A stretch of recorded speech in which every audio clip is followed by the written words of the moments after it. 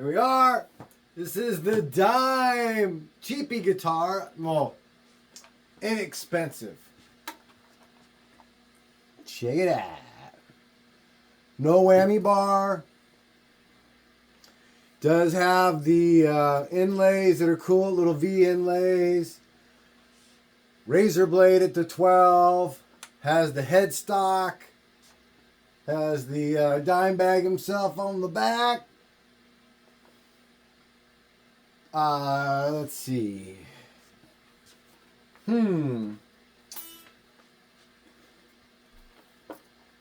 So, let me go over this guitar. If you notice, there's some really interesting... See the little rubber? So it catches your finger as you're moving the knobs. Really, they don't have it on all three, just the volume is kind of weird. It's kind of cool. I mean, I like the black aesthetics. Bridge, string, it's a string through. So the back plate shaped like a V is also black aesthetics. These are supposedly some kind of dime bag Durrell derivative made by, who makes this? Dean Pickups. So Dean decided to, or probably, frequenced in some pickups to make them sound pretty close. We'll get to that in a second. Let's see. I'm sorry. It is a screwed backing piece. It's interesting how the neck, it's screwed in like any other, like a Fender, right? But the strap lock is in one of the screws. So I thought that was something I've never seen in my whole entire life. Dean inlay with the V again. For a $550 guitar, look at the wood. I trip on wood. So a thing about wood in any of its forms is in its most expensive form when used as a musical instrument. Not cool. So look at the grain in that. I think it's really nice how it gets more close at the end, so it's tighter here. That makes a sound too, so it's harder up here, harder wood. It's all one piece. It's really nice. So, I've had this guitar. I'll put it over here. I've had this guitar maybe 6 or 7 months. I've actually had 3 other guitars come in since this guitar. I do play it. I do enjoy it. I'm going to show you something. When you play this guitar, you could stick like a Flying V. You could stick this piece right on your leg. And better than a Flying V, you can manipulate it while you're playing and get it to come up like I am right now with my knee on the bench. I'm a heavy Flying V user. So I don't know if that comes across well. But yeah, this tailpiece is really, and the guitar is very well balanced. It's surprisingly balanced. These rubber things I've never seen anything like that. And the switchability on the switch is very quick, very well done. No issues there. The neck feels like a Explorer, a Gibson Explorer. I've had a past history of about 20 years with Gibson alone, only playing Gibsons, 2 matter of fact. And so I really have a fingering for Gibsons. I know you can't see it, but the height on these strings is just next to perfect.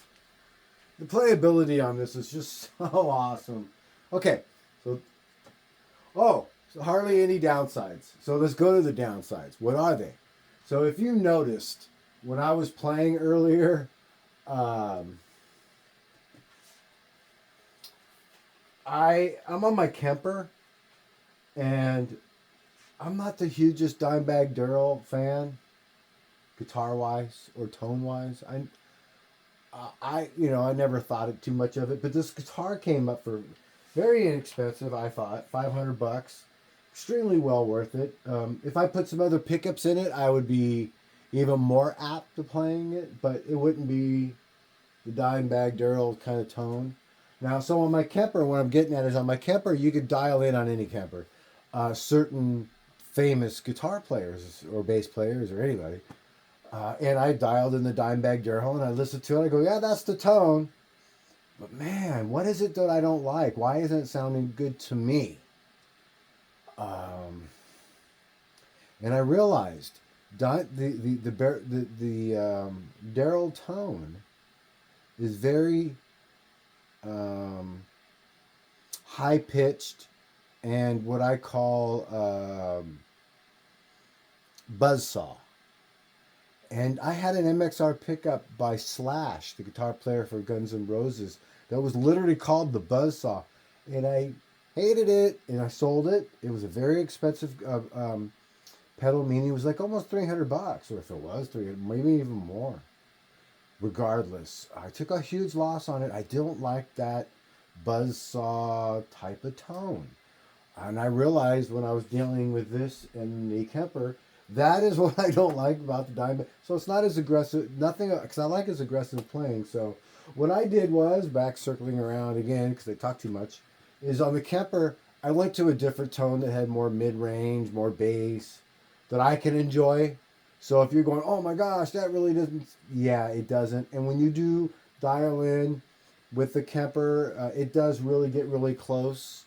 The squeals on this guitar are really good because, like I said, I had a couple guitars come in, and one of them is an electric guitar. It's my a Kramer, and that Kramer is so soft, meaning it's like for heavy. It's really like a rock and roll thing. You can't get too many squeals like this thing even does, let alone some other super high end guitars have that squeal. That's what they're all about, and this one is. It doesn't squeal as much as it could because the pickups are really not that hot. Don't have the vibrato bar like you would have. So those are negatives that you would think. The other huge negative. Try to put this in a case. Try to find a case for this thing that's not like a specially designed case. That's not going to cost you $300. That's huge. I wanted to go over a lot of these more expensive models have bindings and bindings on the frets. And the original ones by a different company, whoever it was, the first fret had the inlay in it as well. But I'm a inlay freak, and the fact that these inlays are different shapes and different than just a dot is really cool to me. The action's really cool to me. It's really hard to say, can't say enough. I circle back to the good stuff. So again, the bad stuff would be, oh my God, see, I didn't even take this plastic off.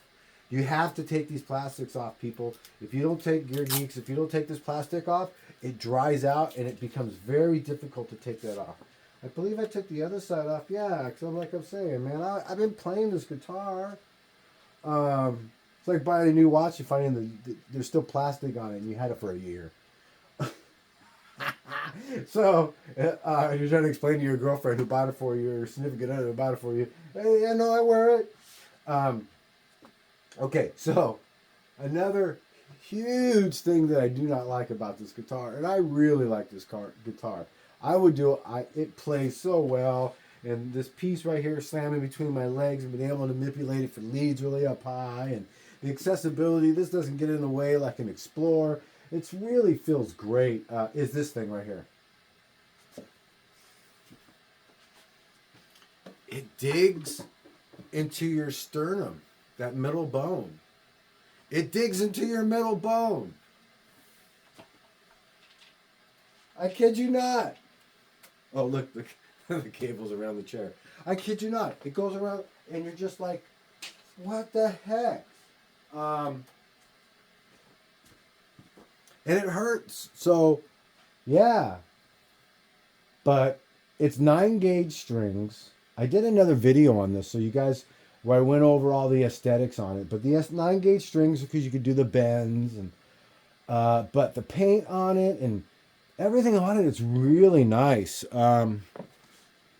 It's really hard for me to say anything bad about it. Give me another shot over here. Change the the background. So that's all. It was 500 and something bucks, 550 or 60 bucks with tax or something like that. I did do another video where I went over each piece of what it's made out of, and oh, another thing is when you strap this thing on, oh, you're strapping a guitar on. There's no doubt. Gibson Les Paul's originals. I have a 71. Has nothing on this guitar. When you strap into this guitar, you're like, yeah, you don't want to be 4'11" and be picking that up guitar. It's a lot. You have to be like at least 6.5 feet, 6.5 feet tall for this thing to seem like a small guitar. Wasn't Daryl a big guy? Anyway, so like it's a big guitar. It's a heavy guitar. So I guess that's probably one of the reasons why its tonality is really nice. So I would say that is it, Gear Geeks. This is a really cool guitar. Even if you're not into the Dimebag Daryl thing, like I'm really not, but I could really appreciate and have fun with this thing. It's kind of one of my first guitars I've ever purchased for no reason other than just to have something kind of cool. I thought was cool. There's nothing like it. There's things close to it without those, but some of them don't have all those jagged edges that hurt your sternum. All right, everybody, I'm gonna leave with some of this crazy keyboard music and leave it at that, man. All right, I'll take care, and until the next one, I'll see you. Wow, wow, wow, wow.